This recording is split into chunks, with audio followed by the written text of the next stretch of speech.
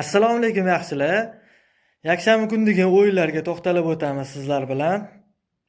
APLdan boshlaymiz. APLda Crystal Palace o'z uyida Manchester Unitedni qabul qildi.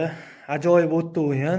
Va Manchester Unitedning kichik kambegi evaziga 1-2 hisobida g'alaba qozondi va e'tiborli jihati Mason Mount necha oydirki va nihoyat o'z hisobiga gol yozdirib qo'ydi. Va bu gol evaziga MU 3 ochko qo'lga kiritdi do'stlar.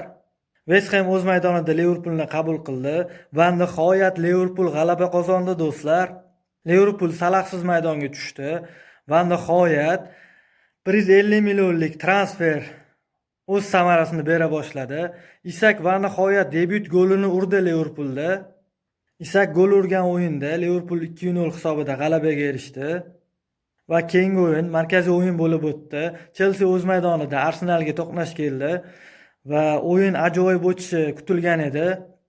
O'yin Chelseaning ustunligi bilan boshlandi va Chelsea o'z hisobiga gol yozdirdi va kutilmaganda Caicedo qizil kartochka oldi. Qizil kartochkaga loyiq ko'rildi.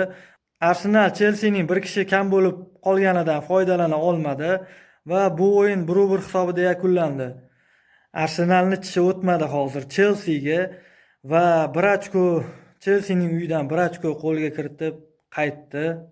Kuchli jamoalarga qarshi Chelsea qanday o'ynash kerakligini biladi.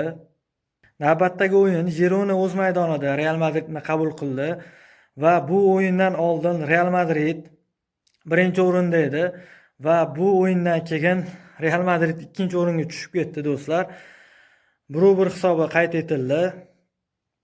Real ustunlikni ham topshirib qo'ydi Gironaga va Girona golini urgandan keyin qarshi hujumlarda o'ynashni boshladi. Real 3-o'yindirki La Ligada gol urishga qiynalmoqda va bu holatga yechim topish kerak Xabi Alonso. Bugun La Ligada markaziy o'yin bor. Barselona o'z maydonida Atletico Madridni qabul qiladi. Bu o'yinga bir so'z bilan ta'rif beradigan bo'lsak, ajoyib hujumga qarshi kuchli himoya. Bu ikki jamoadan faqat chiroyli o'yin kutib qolamiz. Sizlarga beradigan ma'lumotlarim shulardan iborat edi. Bizni kuzatishda davom eting do'stlar.